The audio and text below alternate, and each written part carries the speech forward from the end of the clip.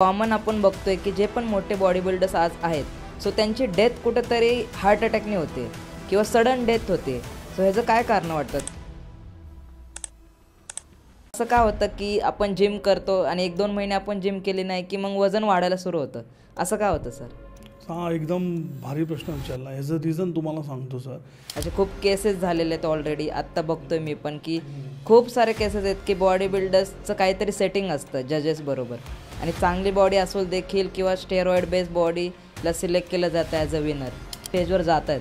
So त्याच्या आधी त्यांनी कुठल्या गोष्टी काळजी घेतली पाहिजे, कुठल्या गोष्टी केल्या पाहिजे ज्याने त्यांची बॉडी ही चांगली दिसेल स्टेजवर. कधी कधी असं होतं की एखाद्या बॉडी बिल्डरची बॉडी खूप चांगली असते, तो विनर पण असतो, तो होऊ पण शकतो. पण आणि भरपूर लोक असं की जिममध्ये पण म्युझिक चालू असते आणि हेडफोन लावून वर्कआउट करत असतात आणि कधी कधी ते चुकीचं मारत असतात. तेव्हा असं वाटतं की आपण त्यांना जाऊन सांगावं आणि आपण सांगत असतो 1दा 2दा 3दा, तर ते हेडफोन लावल्यामुळे ते त्यांना कळत नाही, काय काढल्यावरती कळतात. मग ती थोडीशी कोचची पण चिडचिड होते ना. सगळ्यात कोचेसचा हा एक्सपिरियन्स आहे. तर मित्रांनो, माझ्यासोबत आहेत निलेश सर, ज्यांना 20 वर्षापेक्षा जास्त आज बॉडी बिल्डिंग किंवा फिटनेस इंडस्ट्रीमध्ये एक्सपिरियन्स आहे आणि आज आपण खूप साऱ्या गोष्टी त्यांच्याबरोबर डिस्कस करणार आहोत. So first of all sir, आमच्या स्टुडिओमध्ये तुमचं खूप खूप स्वागत आहे. सर्वप्रथम जय शिवराय, जय महाराष्ट्र. आज तुम्ही मला इथं इन्व्हाइट केलं त्याबद्दल तुमचे मनपूर्वक आभार. माझं पूर्ण नाव निलेश नाथ काळे. मी 20 वर्ष आलं as a personal trainer, as a gym instructor, as a gym owner म्हणून मी काम करतो आहे. आणि आज मी इथं जो माझा 20 वर्षाचा जो एक्सपिरियन्स आहे तो मी आज शेअर करतो आहे आणि हा शेअर करायला तुम्ही मला जी संधी दिली त्याबद्दल तुमचं पुन्हा एकदा मनपूर्वक आभार. जसं की आपण खूप साऱ्या गोष्टी तर डिस्कस करणार आहोत, पण फर्स्ट ऑफ ऑल मला तुमच्या बॅकग्राऊंडबद्दल काय सांगाल? म्हणजे कधी चालू केलं तुम्ही बॉडी बिल्डिंग? आणि तुम्ही जसं सांगितलं की 20 वर्षापेक्षा जास्त एक्सपिरियन्स आहे तुम्हाला, सो त्या एक्सपिरियन्सबद्दल शॉर्टमध्ये काय सांगाल? सर, एक्सपिरियन्समध्ये शॉर्ट करायचं म्हणजे मला स्कूल डेजपासून मला फिटनेसची, बॉडी बिल्डिंगची आवड होते. जस्ट मी स्टडी करताना मी ॲर्नॉल्ड बॉडी बिल्डर आहेत त्यांचं मी ते एनसायक्लोपीडिया मी ते बघितलं होतं. ते बघितल्यानंतर त्यांचे ते फोटोज बघितले आणि तिथून मी इन्स्पायर झालो की मलासुद्धा असं काहीतरी केलं पाहिजे. आणि मग मी जेव्हा माझ्या कॉलेज डेजमध्ये, म्हणजे मी SP कॉलेजला होतो, तर मी मग कॉलेजच्या जिममध्ये एक्सरसाइज करताना एक्सरसाइज सुरू केली मी. आणि एक्सरसाइज सुरू करताना थोडा वेळ गेल्यानंतर आणि जिममध्ये माझा एक चांगला बेस स्ट्रॉंग झाल्यानंतर मला मग इतर मुलं सगळी विचारायची की अरे हे कसं करू, ते कसं करू. मग मी त्यांना सांगायचो की बाबा हा सेट असा मार, तसा मार, हा सेट मारल्यावरती तुला हा बेनिफिट होईल, पोश्चर असं ठेव, ब्रिदिंग असं ठेव. तर मग जे सिनियर्स जे बॉडी बिल्डर्स होते त्यांनी बघितलं तर ते मला म्हणले की अरे तू असं सांगतो आहे तर तुझ्यामध्ये एक चांगला एक शिक्षक दिसतो आहे, तर तू एक काम कर, तू जॉब कर म्हणले. मग त्यांनी मला रेफरन्स दिला आणि माझ्या कॉलेज डेजपासूनच माझी ॲज अ कोचिंग करायला अशी सुरुवात झाली, ॲज अ इन्स्ट्रक्टर म्हणून, फिटनेस ट्रेनर म्हणून. तर तुम्ही बॉडी बिल्डिंग पण केली असेल, सो काय सांगाल म्हणजे बॉडी बिल्डिंग तेव्हा ॲज अ स्पोर्ट आणि आत्ताचं बॉडी बिल्डिंग ह्याच्यामध्ये काय फरक आहे?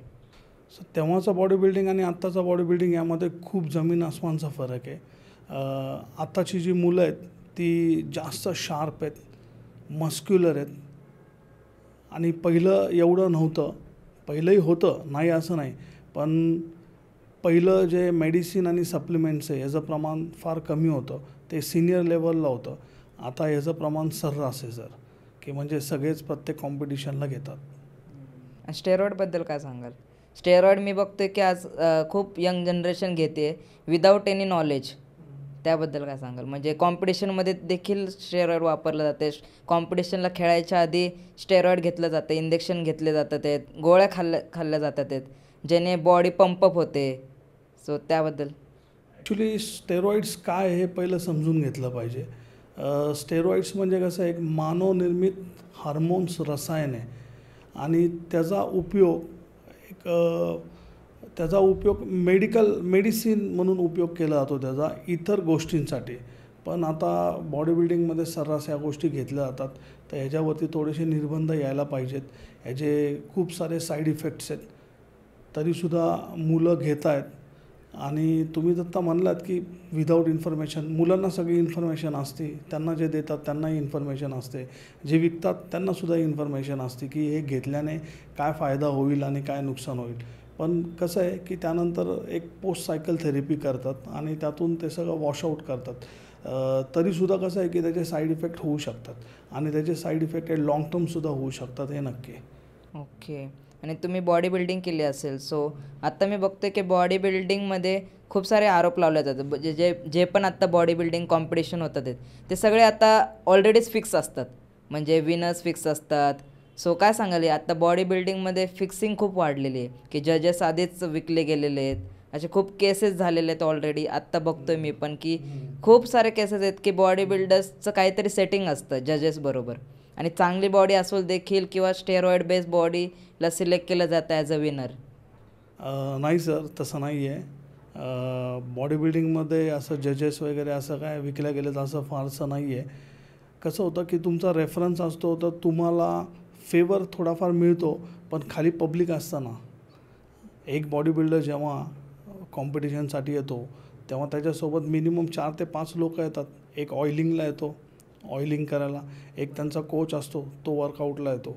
तर एक खाली तसं नाही होत. म्हणजे तुम्ही असं म्हणतात विकल्या गेलेत वगैरे, असं काय नाही आहे. रिझल्ट हा मोस्टली फेअरच असतो आणि जेव्हा कंपॅरिझन होते तेव्हा कंपॅरिझनमध्ये क्लिअर कट दिसून येतं आणि खाली पब्लिक आहे. पब्लिक एकदा आरडाओरडा करायला लागली तर ते शक्य नाही आहे. त्यामुळं बॉडी बिल्डिंगमध्ये कसं आहे की एक फेअरच देतात की बॉडी बिल्डिंगमध्ये कसं आहे 3-3, 4-4 ॲसोसिएशन आहेत.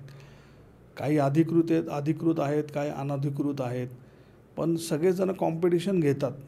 तर बॉडी बिल्डर्स लोकांची गल्लत होते की बाबा ह्या ॲसोसिएशनमधून खेळायचं का त्या ॲसोसिएशनमधून खेळायचं, ह्या ॲसोसिएशनमध्ये खेळलं तर आपल्याला देणार नाही, ही बॉडी बिल्डरची गल्लत होती.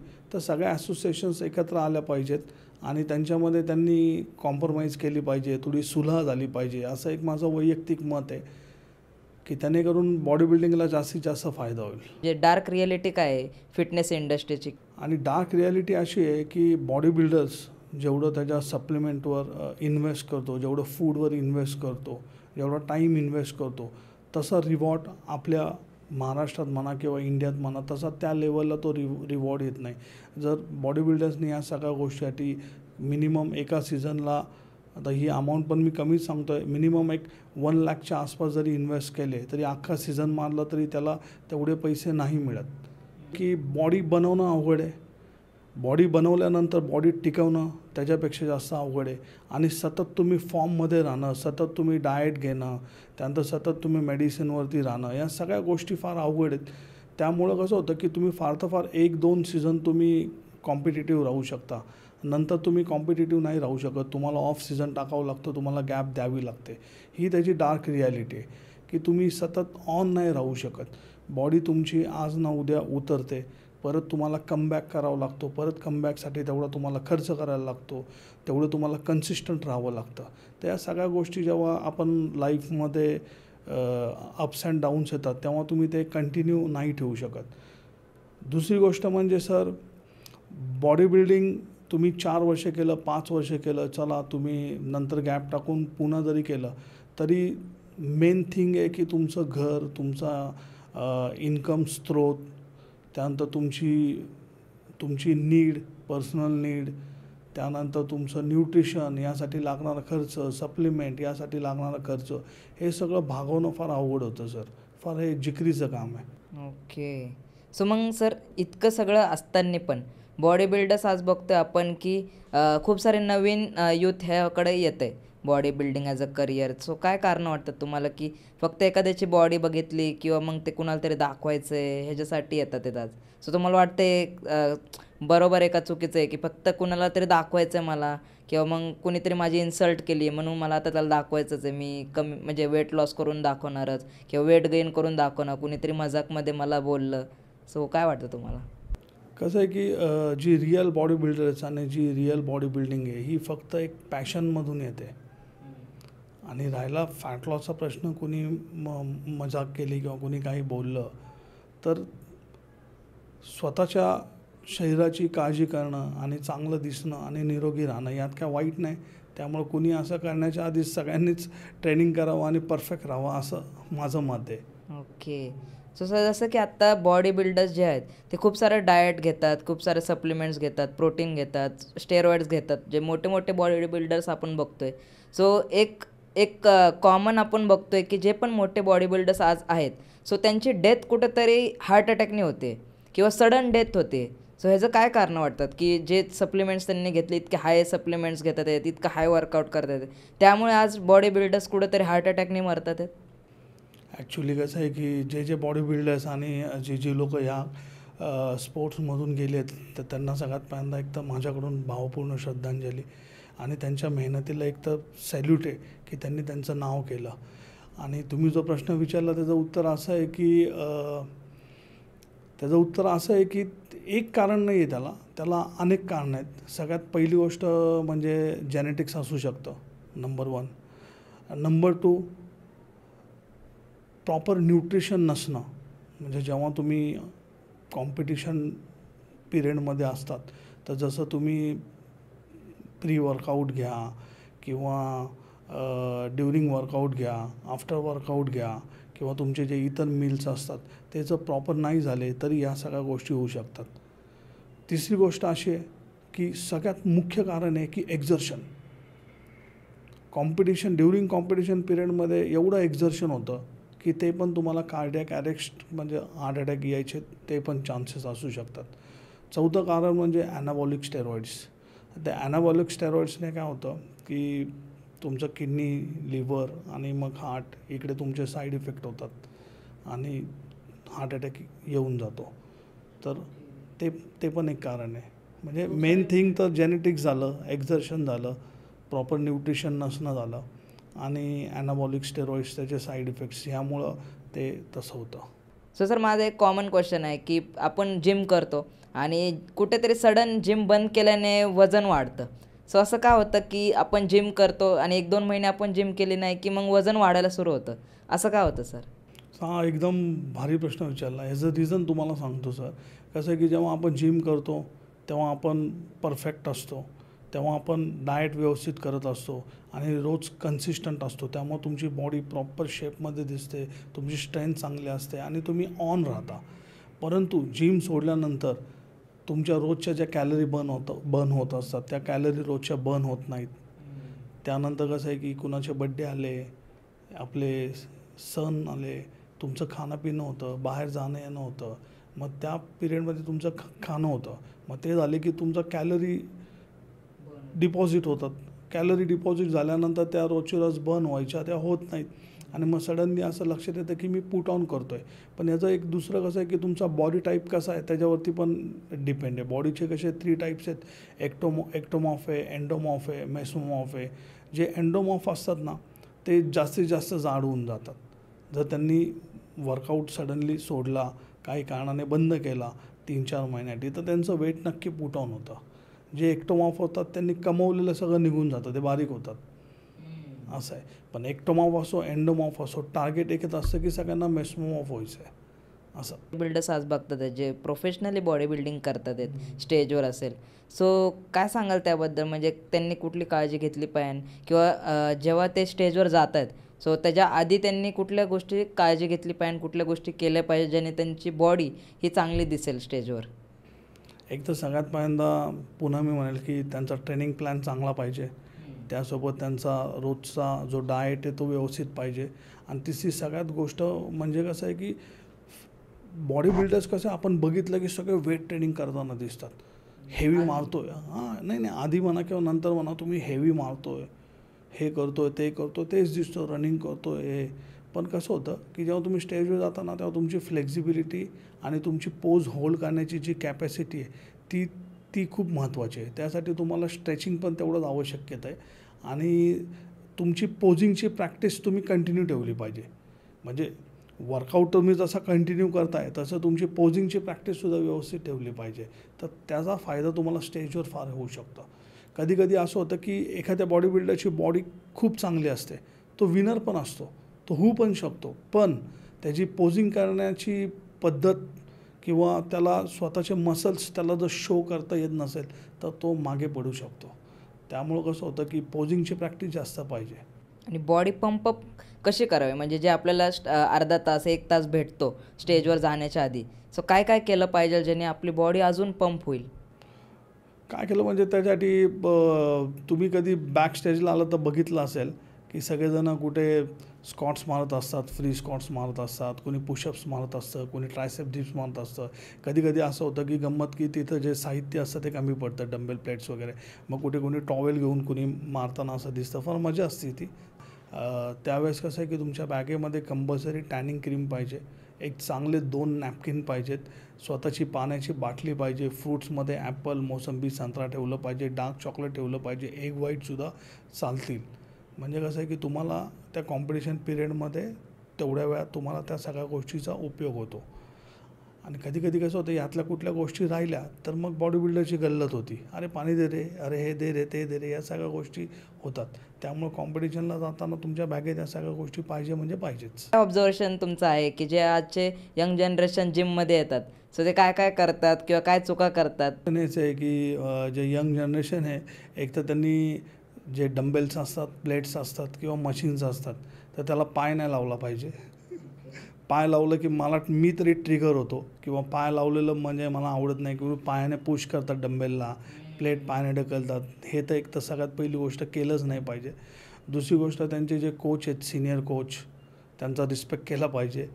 तिसरी गोष्ट की आजकाल आपण बघतो की भरपूर म्हणजे इंस्टाग्राम आणि यूट्यूबवरती भरपूर काही अशा एक्सरसाइज आहेत किंवा ऑनलाईन कोच आहेत, तर त्यांचं गायडन्स घेऊन ते वर्कआउट करतात. करण्यात काय प्रॉब्लेम नाही आहे. पण ते करताना कसं आहे की शेवटी कसं होतं की जो लाईव्ह आपण जेव्हा वर्कआउट करतो विथ कोच, कारण की तो स्पॉटिंग क्लिअर करतो, तो ब्रिदिंग, पोश्चर, सगळ्या गोष्टी तो गाईड करू शकतो. तसं ते तुम्ही बाहेरचं बघून जर केलं तर काय उपयोग नाही आहे. तर मेन तर काय, एक तर बाबा पाय बी नाही लावला पाहिजे, वापरलेल्या वस्तू जागेवरती ठेवल्या पाहिजेत, जे आपले कोचेस आहेत त्यांचा रिस्पेक्ट केला पाहिजे, आणि जो ट्रेनिंग प्लॅन करतात तो व्यवस्थित केला पाहिजेत. आणि भरपूर लोक असं आहे की जिममध्ये पण म्युझिक चालू असते आणि हेडफोन लावून वर्कआउट करत असतात, आणि कधी कधी ते चुकीचं मारत असतात. तेव्हा असं वाटतं की आपण त्यांना जाऊन सांगावं, आणि आपण सांगत असतो एकदा, दोनदा, तीनदा, तर ते हेडफोन लावल्यामुळं ते त्यांना कळत नाही, काय काढल्यावरती कळतात. मग ती थोडीशी कोचची पण चिडचिड होते ना. सगळ्यात कोचेसचा हा एक्सपिरियन्स आहे. तर कसं होतं की हेडफोन लावला तरी तुम्ही कोच सांगत असेल तर तुम्ही ते इन्स्ट्रक्शन पटकन फॉलो केलं पाहिजे, आणि तुमचे पोश्चर्स व्यवस्थित केले पाहिजे. इथले की खूप सारे यंग जनरेशन जातं आणि डायरेक्टली 1-2 मिनटं फक्त वॉर्मअप केलं आणि डायरेक्टली सेट्स मारायला सुरू केलं.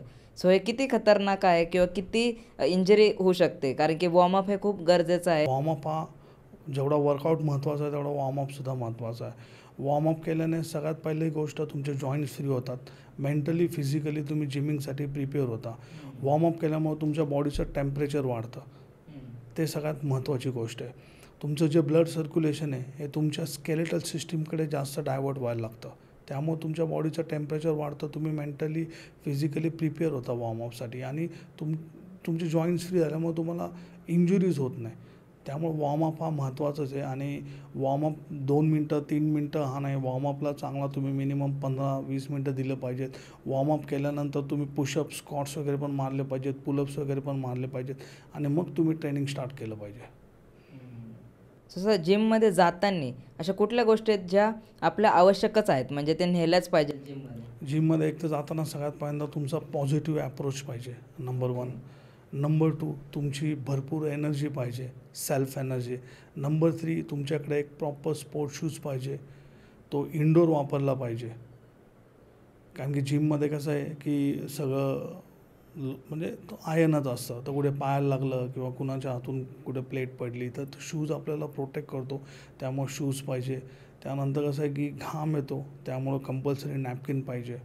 त्यानंतर स्वतःची एक पाण्याची बॉटल पाहिजे, ग्लोव्ज पाहिजेत.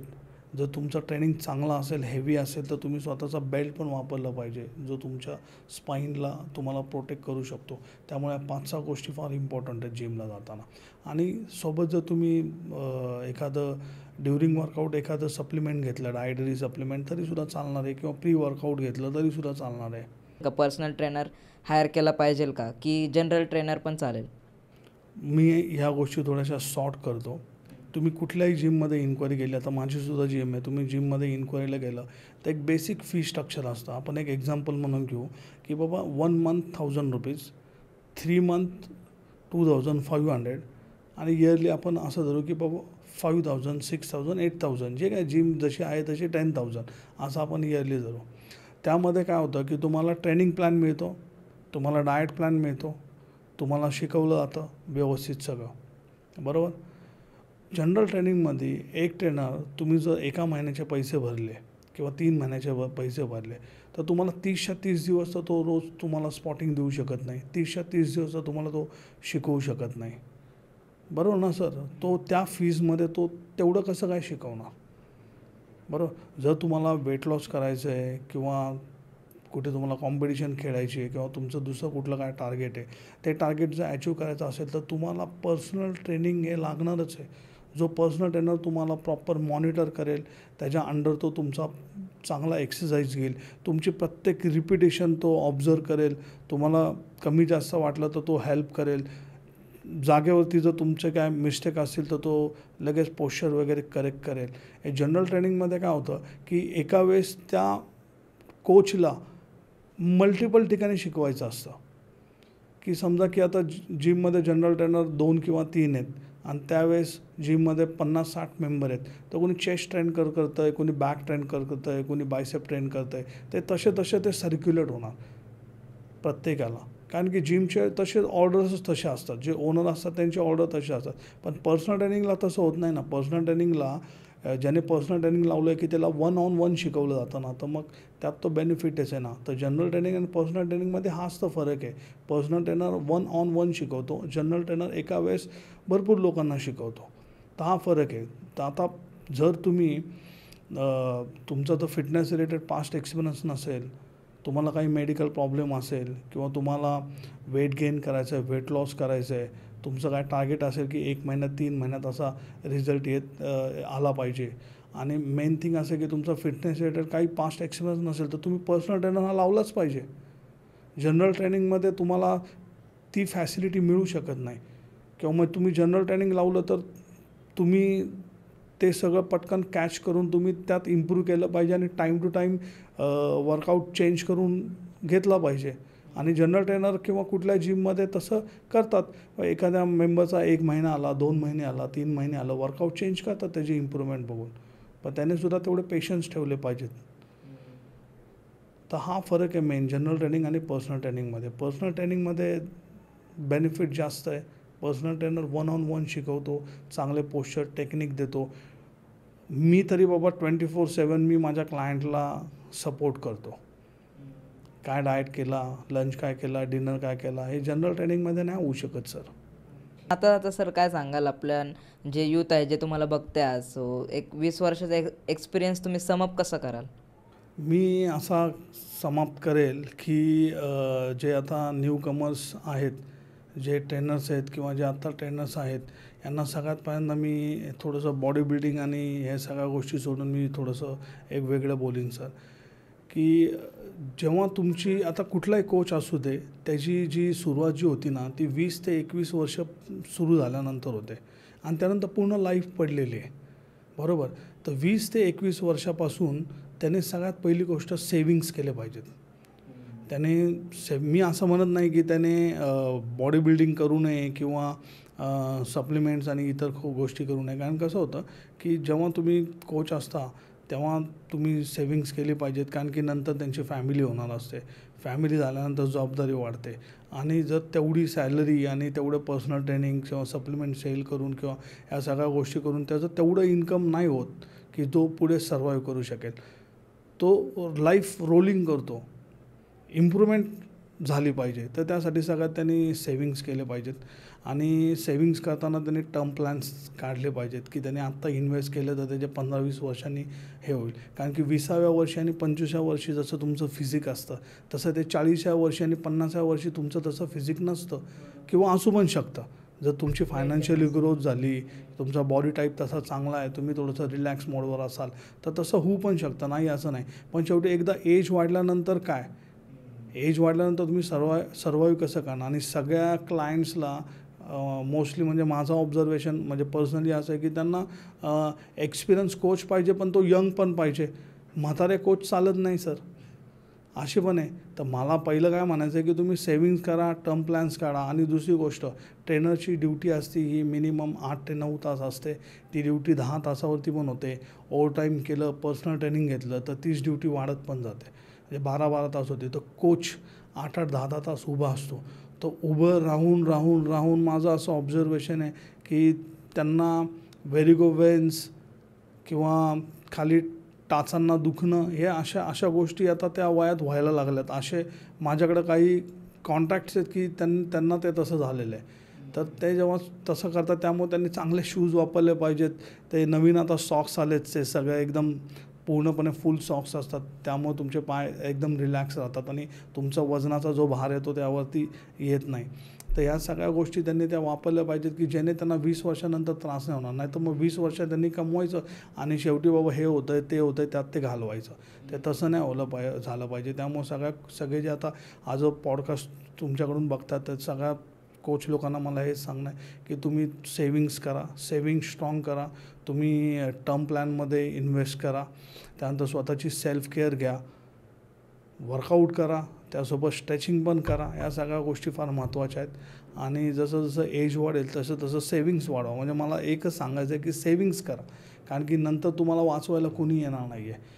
आज असं आहे की सर, जे 90sमध्ये वगैरे जे कोचेस होते, आज त्यांचं वय 50-50, 60-60 एज झालेलं आहे. आज ते माझ्या संपर्कात आहेत.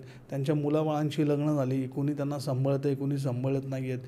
जिममध्ये त्यांनी पूर्ण आयुष्य घालवलं पण त्यांना जॉब मिळत नाही आहे. ते कोच होते आणि ते कोचच राहिले. पण पुढे काय, सर्वाइव्ह कसं करणार? त्यामुळं कसं होतं की 20-30 वर्ष पुढं तुम्ही जाऊन विचार करा, तुमचे सेविंग स्ट्रॉंग करा, पैसे चांगले कमवा, आनंदी राहा, फॅमिली बनवा. आणि बाकी ज्या एक्स्ट्रा गोष्टी असतात काही, तर त्याच्यामध्ये न पडता तुम्ही तुमच्या सेविंग्सवर आणि फॅमिलीवरती कॉन्सन्ट्रेट करा, असं माझं म्हणणं आहे.